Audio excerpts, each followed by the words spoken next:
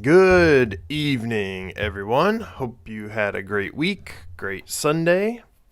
I did. I had a pretty busy week. In fact, I almost didn't do this week, but here I am. Decided to do it anyways. Let me just make sure everything's working. Yep. All right. So, it has become tradition for me to start this video with Joe Biden's latest gaffe. This one isn't as bad as some others, but let's hear what he had to say. And by the way, if they do, that means not a joke, everybody. That's why we were defeated in 2018 when they tried to do it. We went to 54 states.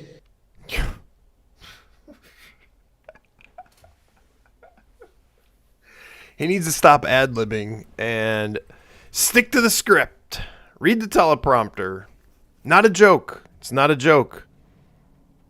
And by the way, if they do, that means not a joke, everybody. That's why we were defeated in 2018 when they tried to do it. We went to 54 states. It's a lot of states. Yeah, I don't know. I don't even know what this is. I'm assuming this is Pennsylvania Democrats, and he's running or helping promote a candidate in PA.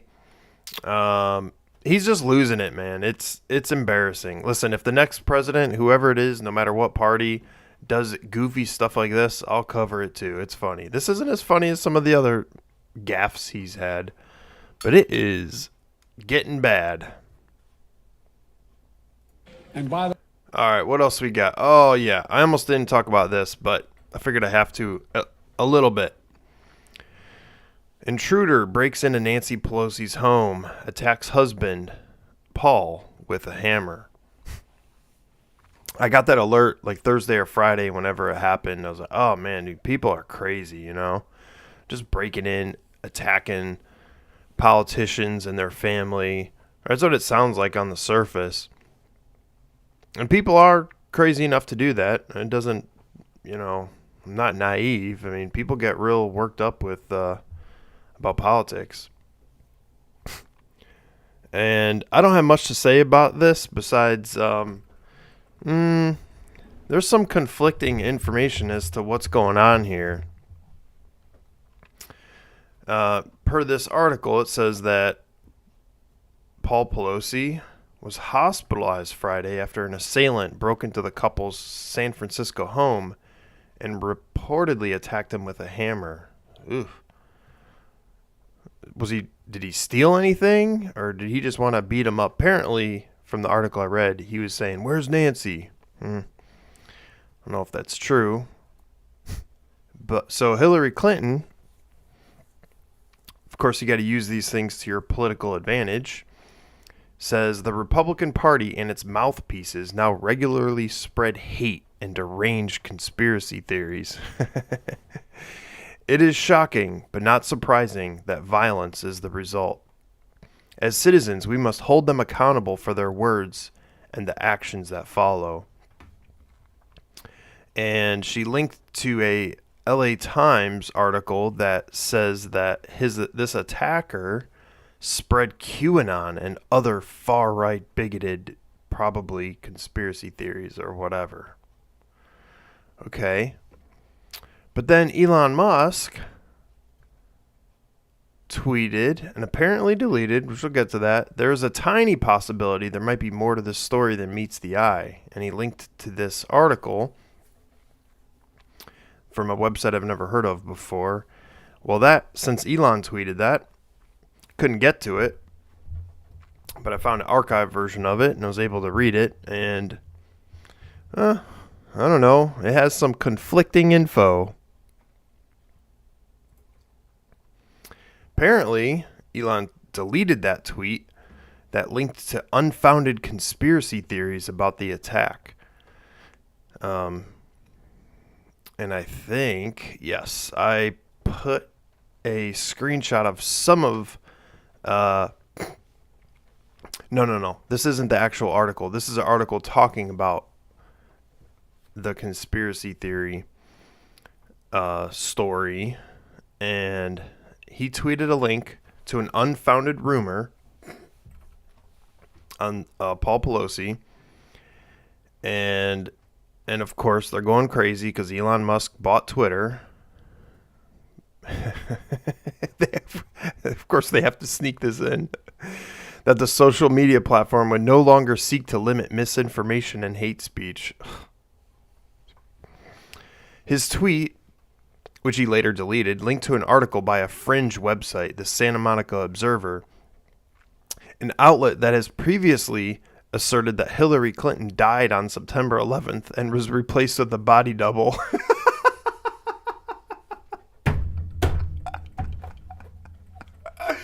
All right, if they said that, then maybe this is a little bit of a fringe website. I'll give them that one if that's true. I doubt that's true, but maybe it is. Were they joking? I don't know. It's pretty funny. In this case, the article recycled a baseless claim that the personal life of Paul Pelosi, the speaker's husband, somehow played a role in an intruder's attack last week in their home, even though there is no evidence to support this claim. So basically, you have both sides. You have Hillary Clinton and the LA Times and all this saying it was a far-right QAnon kook job who wanted to kill Nancy Pelosi and her husband. And when you start digging into it a little bit, based on the pieces of information, you have the other side saying, no, this attacker was a gay prostitute who is a nudist guy who has a pride flag hanging out in front of his house and this kind of stuff. And you're like, I don't even know what's happening here. All I know is that both sides are trying to use this as a political tool as we head into the midterms. So I don't even know what to believe about this. Would it surprise me if that was a far-right kook job who wanted to hurt Nancy Pelosi? No. Would it surprise me if this was some hired gay prostitute that some old rich billionaire, well, maybe he's not a billionaire, but 400 millionaire, whatever he is, was doing in the privacy of his own home? No, that wouldn't surprise me either. So I have no idea. And I have a feeling we won't get the truth on this because the police body cams, if they were on, are probably going to get locked away or destroyed, and we'll never know what happened. But there is some interesting things going on with this story. In any case, I already referenced this, but Elon this week officially bought Twitter and fired its top executives. All right. You know, I casually use Twitter and haven't noticed a difference. Of course, these things take time, and this has people really mad. Really mad. So let's check in on some of these people's reactions. Let's see.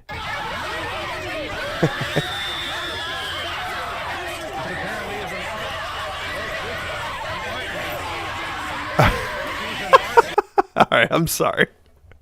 I get a kick out of this video clip. I'm joking. These are all women. It looks like maybe a couple guys who post themselves going crazy on social media in response to people being elected or Supreme Court ruling about abortion or whatever. And they film themselves losing their absolute mind and posting it for the world to see. Whew. Man, I think we have a mental health crisis in this country. I honestly don't know if I've ever been this worked up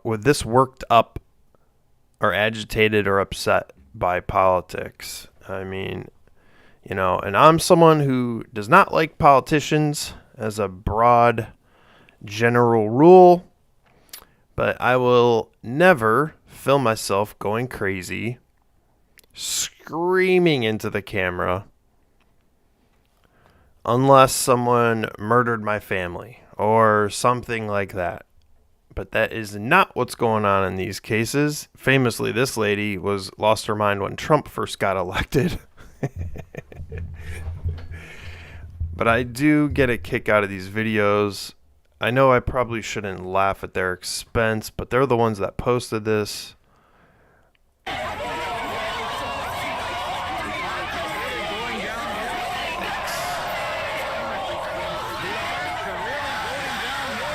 Wow. One of them had like it was like hardcore bands. I don't know which one of them it was. It is wild. Anyways, I'm sorry. All right, anyways. And I apologize for showing this picture, but I have to. I posted this. This meme template is getting out of control. They're all over Facebook and Twitter and stuff. But I posted this on my own personal Facebook page as a joke and said, if you're on a budget and you're out of ideas, you could go as Hunter Biden. Just being really stupid. Made me laugh. Well, the next day or 2 days later, Facebook took it down saying I was... You know what? I should almost read what they said. It was hilarious. They said that I attempted to share a private, intimate image. It says the content you've attempted to share violates our community standards, and we have stopped your attempt to share this content. At Facebook, we remove content that threatens or promotes sexual violence or exploitation. What? What does that have to do with anything with this stupid meme?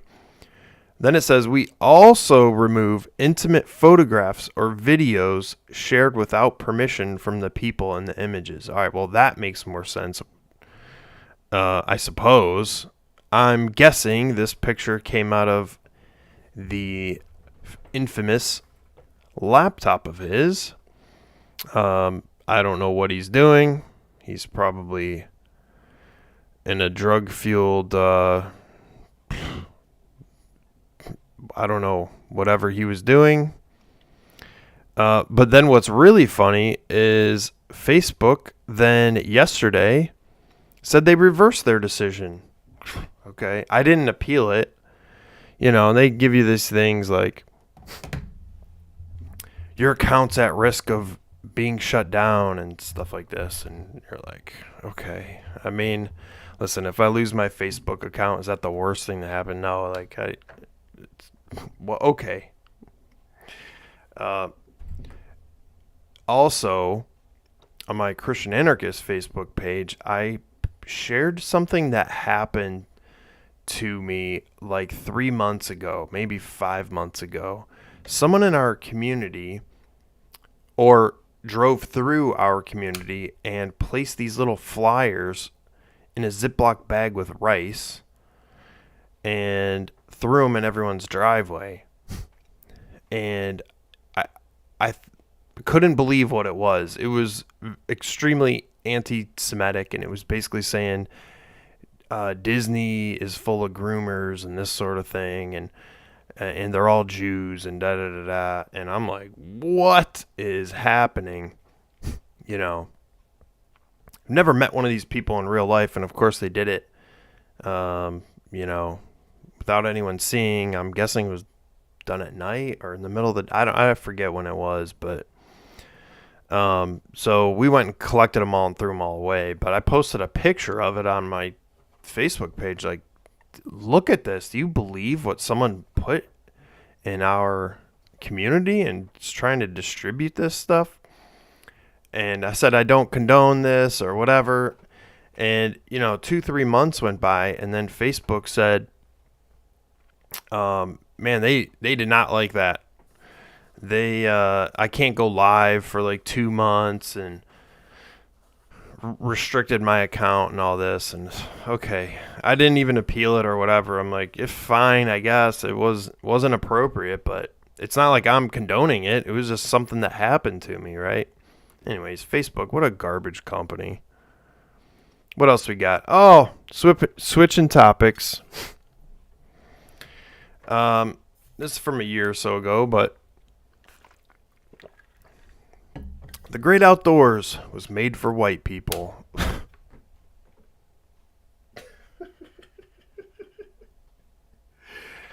Okay. As summer beckons, let's think about how to create more inclusive outdoor spaces.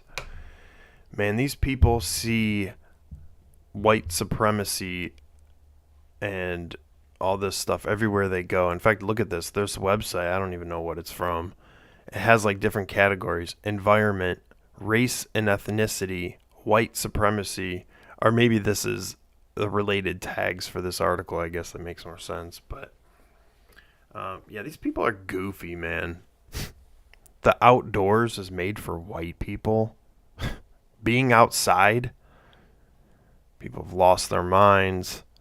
Then I came across this.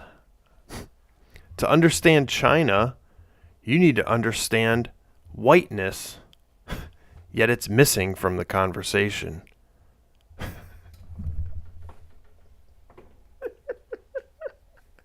What? To understand China, you need to understand whiteness. I don't even understand what it is you're talking about, or even what that means. What does whiteness mean? And what do you mean China? I'll tell you, these people have lost their freaking minds. Of course, I didn't read this article. I probably should. It would be pretty entertaining. Anyways, this is going to be a quick stream. I just want to get on here and cover a couple topics. So apparently this happened. There is a country music artist, Bryan. I probably know a song or two of his, but I don't listen to as much music as I used to. I don't go to as many concerts and whatnot anymore, but apparently he had Ron DeSantis. I think he was in Florida, obviously, and had Governor Ron DeSantis be introduced on stage. So let's watch this. We're going to have some fun, and we're going to raise some money tonight for the great state of Florida. Ladies and gentlemen, welcome to the stage, Governor Ron DeSantis.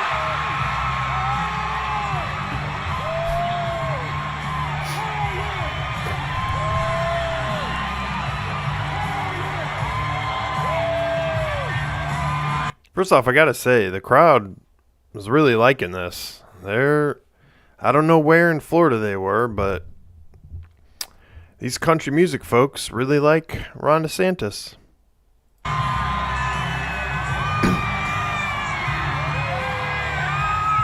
I don't hear a single boo.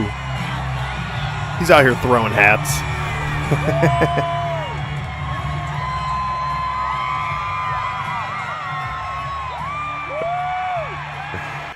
That's funny.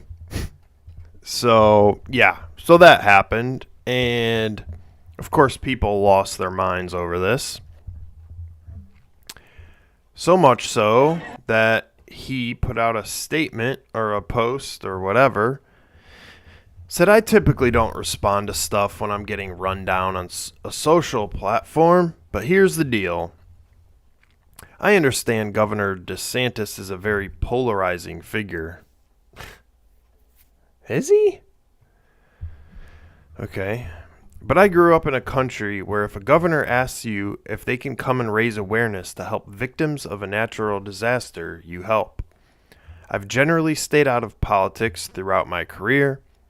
I knew people would chatter about this, but for me the more important piece was if I am going to come back there a few weeks after a large portion of people have been affected by a natural disaster in a state where people have been good to me, this felt right. Ugh. You can tell he wrote this because that is a long sentence. Raise awareness, have a little fun between the Georgia and Florida college fans before the game, and do what I love on stage.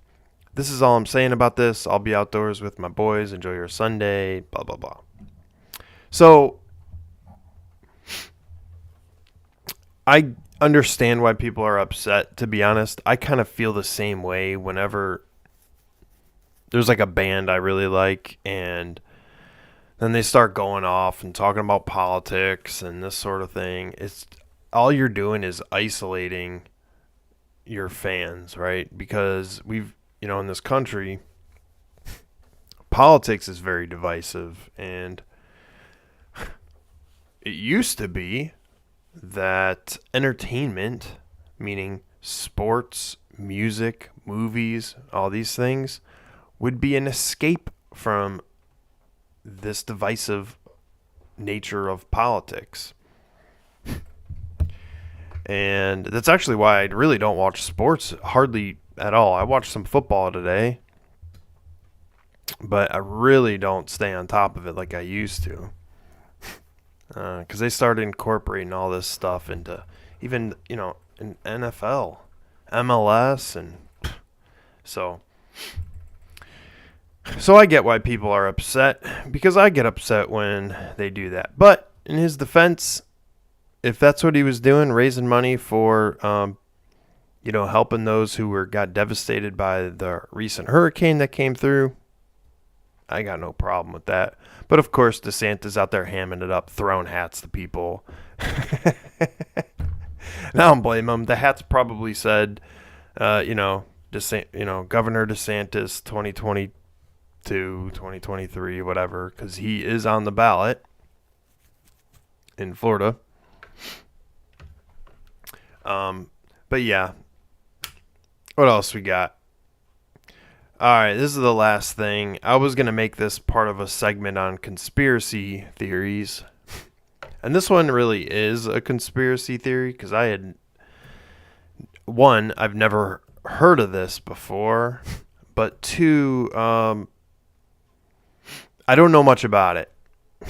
So we will watch this and end on this odd note.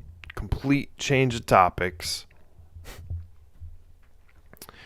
But as a libertarian, anarchist, whatever, a lot of us dislike the Federal Reserve because the government wouldn't be able to do everything they do if they didn't have control of the printing press and couldn't create money out of thin air and fund all of the wars our government is in, and all of the craziness that they do, the devaluing of the dollar, etc., etc.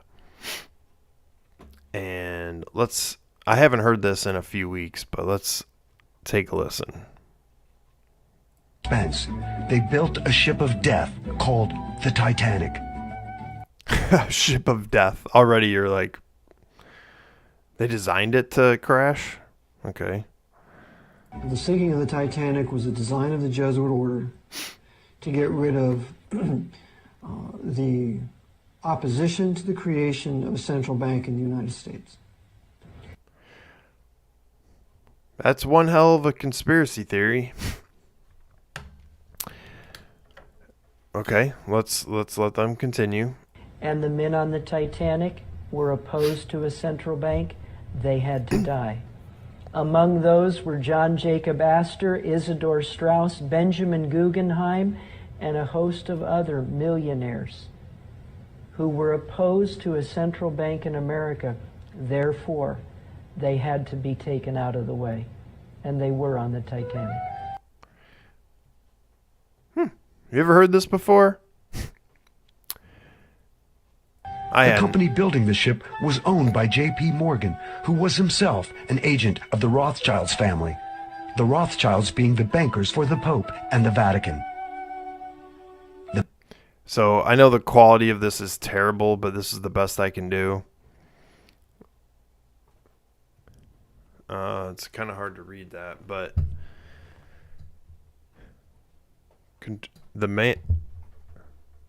I care not what puppet is placed upon the throne of England to rule the empire on which the run never... Yeah, boy, I'm struggling. It's really blurry. The man who controls Britain's money supply controls the British Empire, and I control the British money supply. Ooh. Ooh. Did he really say that? That is why we are against the Federal Reserve. Interesting. Main Jesuit targets were brought on board. The captain of the ship was Edward John Smith. It appears from his actions that Captain Smith was a Jesuit coadjutor, that is, a Jesuit who has taken the oath but does not wear the robes. A coadjutor blends into the scenery and never looks like a Jesuit priest. It is a veteran sea captain, Edward Smith, who orders the ship to travel through an 80-square-mile ice field at full speed on a moonless night. There had been over 8 telegrams warning the captain of the danger. He's warned 8 times, slow the ship down, slow the Titanic down, you're going too fast. Not once stopped. Knew there was an iceberg field up ahead, knew that he should have slowed down, but didn't. And so you look and you say, how was it that this man could go headlong into a field of icebergs and not slow the ship down, not be more careful? The only conclusion you can draw is, as a coadjutor of the Jesuit order, right through the line, the chain of command, he was told, sink the ship.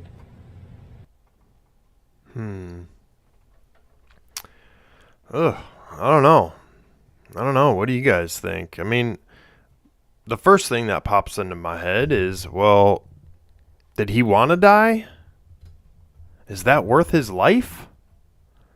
Did his family get paid well for doing this? I don't know. I mean, there was a lot of rich people on the Titanic, obviously. The real question would be, were there millionaires on the Titanic that were in favor of the creation of the Federal Reserve? I have no idea what program this is from or who created it.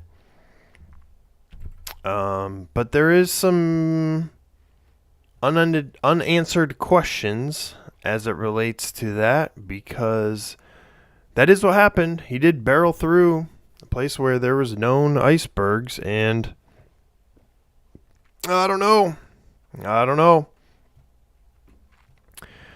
When you start challenging people with a lot of money and a lot of power, they will do whatever it takes to maintain that power. I mean, if that's not obvious with what happened with Jeffrey Epstein, and I don't know what to tell you. So it seems a little far-fetched to kill a couple thousand people, or how many ever died in this, especially innocent people that had nothing to do with this effort to create the Federal Reserve. But I don't know. In any case, I'm going to end that here. I'm a little tired. I'm going to go watch a movie and relax. I hope you guys have a great evening and upcoming week. And I will see you guys next week at 8 p.m. Thanks. Bye.